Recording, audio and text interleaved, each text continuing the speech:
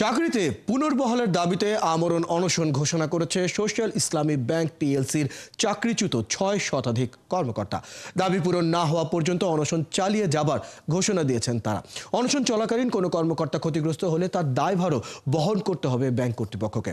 বৃহস্পতিবার মতিঝিলের সিটি সেন্টারে SIBL কার্যালয়ের সামনে বিক্ষোভ থেকে এইসব দাবি করেন তারা। বলেন, বিগত ৮ মাস ধরে ব্যাংকের নিয়ম শৃঙ্খলা মেনে গ্রাহকদের সেবা প্রদান করে আসছিল তারা, কিন্তু গত ৩১ অক্টোবর বিনা নোটিশে তাদেরকে চাকরিচ্যুত করা হয়। পরবর্তীতে মানববন্ধন এবং ব্যাংকের ঊর্ধ্বতন কর্তৃপক্ষের সাথে যোগাযোগের মাধ্যমে কী অপরাধে তাদের চাকরিচ্যুত করা হয় তা জানতে চেষ্টা করলেও কর্তৃপক্ষ কোনো সদুত্তর দিতে পারেনি।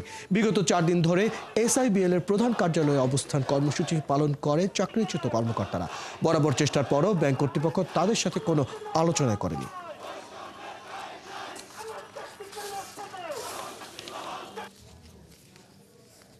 আমাদের ৬৭২ জনের অধিক কর্মকর্তাকে বিনা নোটিশে জোরপূর্বক ১ সেকেন্ডের অগ্রিম কোনো নোটিশ না দিয়ে আমাদেরকে অন্যায়ভাবে চাকরিচ্যুত করেছে। ব্যাংকের যে রিকোয়ারমেন্ট থাকে সব রিকোয়ারমেন্ট সার্কুলার অ্যাপ্লাই করে ব্যাংকে নিয়োগপ্রাপ্ত হয়েছি। আমাদের একটাই দাবি, আমরা আমাদের চাকরি পুনর্বহাল চাই।